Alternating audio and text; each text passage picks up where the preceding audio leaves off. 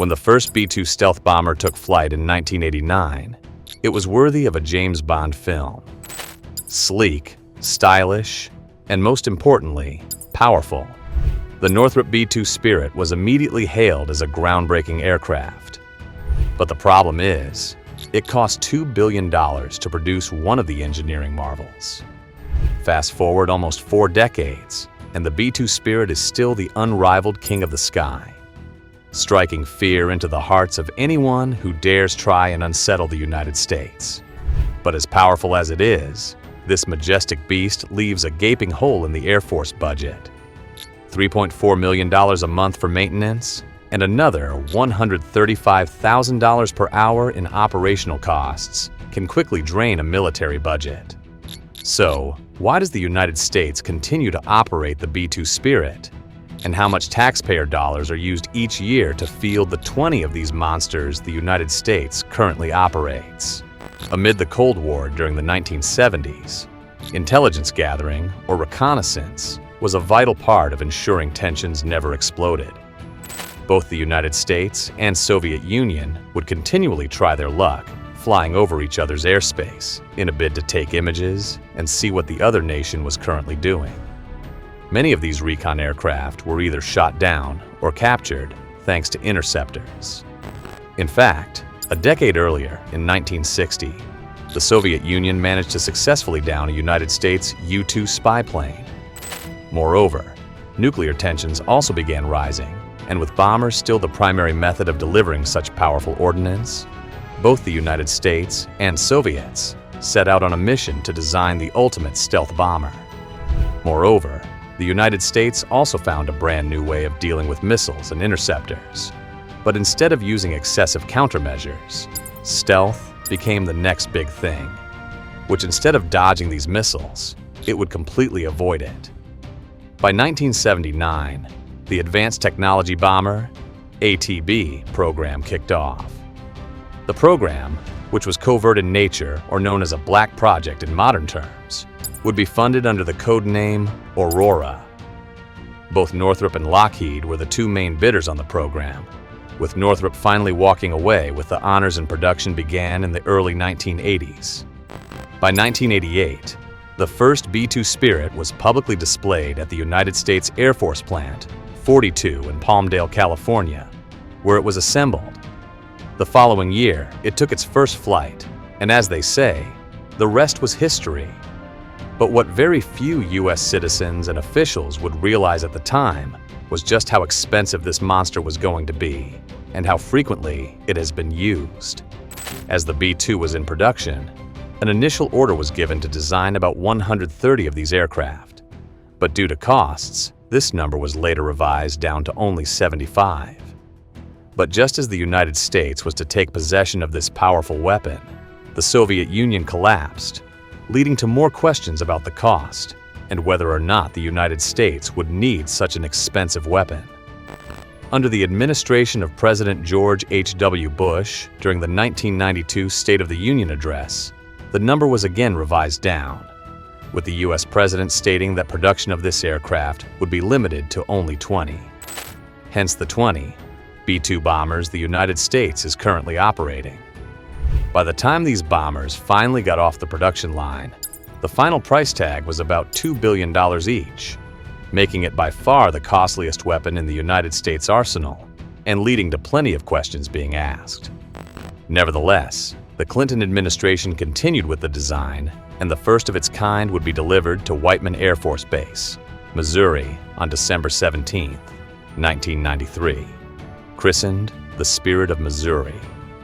It would take another 4 years for it to reach operational readiness, which would finally happen in 1997, and by 1999, the B-2 made its official combat debut in the Kosovo War, destroying about 33% of all targets the United States had been aiming for.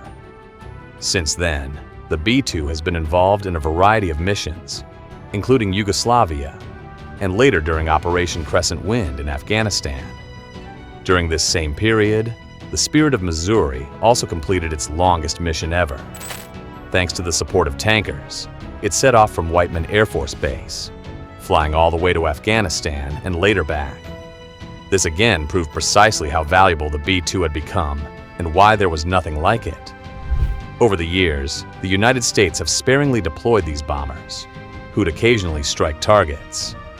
Realizing its power and how immensely unique it was, the United States has since only used it as a show of power, like the current situation currently kicking off in Iran. Currently, the U.S. has about 6 or 7 of these aircraft stationed at the joint military base Diego Garcia in the Chagos Archipelago, which is operated by both the United States and Great Britain.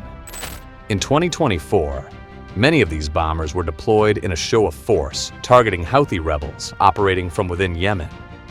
The effects were devastating, and it didn't take long for things to get out of control with Houthi leaders all losing their lives without any way of fighting back.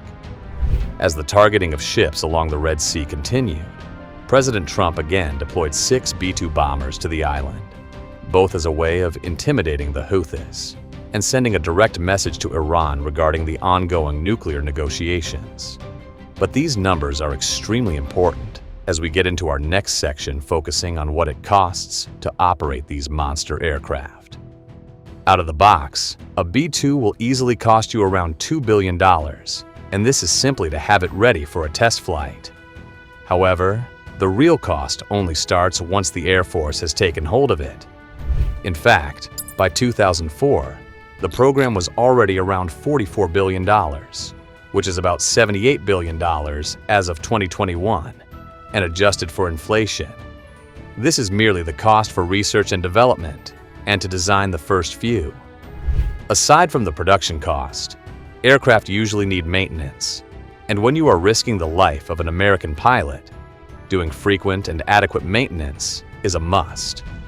In fact, no one wants a repeat of the 1960 incident, when a U-2 pilot was shot down over the Soviet Union, and the enemy got their hands on this cutting-edge U.S. technology. By September 1997, the true cost of maintenance was finally revealed for this aircraft. In fact, it cost the United States government about 119 hours of maintenance for every hour the aircraft is operated. This is more than double the cost of the B-1 and B-52, which necessitates about 60 and 53 hours of maintenance for each flight hour respectively.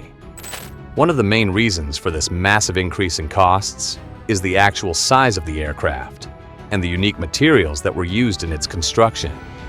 You see, the wing of this aircraft is not just your standard wings that keep the aircraft in the sky.